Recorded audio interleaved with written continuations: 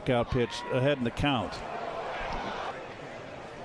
And it looks like he's going to get advanced. It's one of the new rules where you can't block the base. Okay, so obstruction has become a point of emphasis this year for Major League Baseball, and the rule's always been in the rule book, but it hasn't really been enforced, and that's going to change this year. Now, we've already seen this call a few times this spring, and many fans are confused about what's going on. Others just don't like the rule or the enforcement of it. And I've gotten a bunch of emails after this play yesterday between the Mets and the Nationals, and there was a similar type call that was made in the Angels game the day before. So first, real quick, obstruction is the act of a fielder when not in possession of the ball who impedes the progress of the runner. And that's what happens here. We have runners at first and second. You're going to see the Mets are going to try a pickoff move here, and you're going to see the second baseman start to drop his knee and his leg, impeding the runner's ability to get back to the base.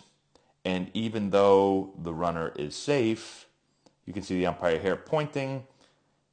He's going to call obstruction right here. He calls time, and he says, you, third base. So even though the runner is going back to second, the runner, when obstruction is called, is going to be awarded at least one base beyond the base that they last legally touched. So second base was the last base that the runner was on, and so that runner is going to get one base, which is third base. And here's another view of it. You can see, again, before he catches the ball, that's really important to remember. So it's when he's not in possession of the ball. So he does not have the ball yet, but you can see he's dropping his right leg and knee in front of the base. And so the runner is obstructed. And some people are going to say, well, he could slide his hand, between his knees and his feet and try to get to the base. The fact is that he's not giving the runner the base before he has the ball. You can't obstruct any part of the runner getting back to the base. And so again, as he slides in here, I know it's a little tough to see, but you can see he smashes his hand up against the right leg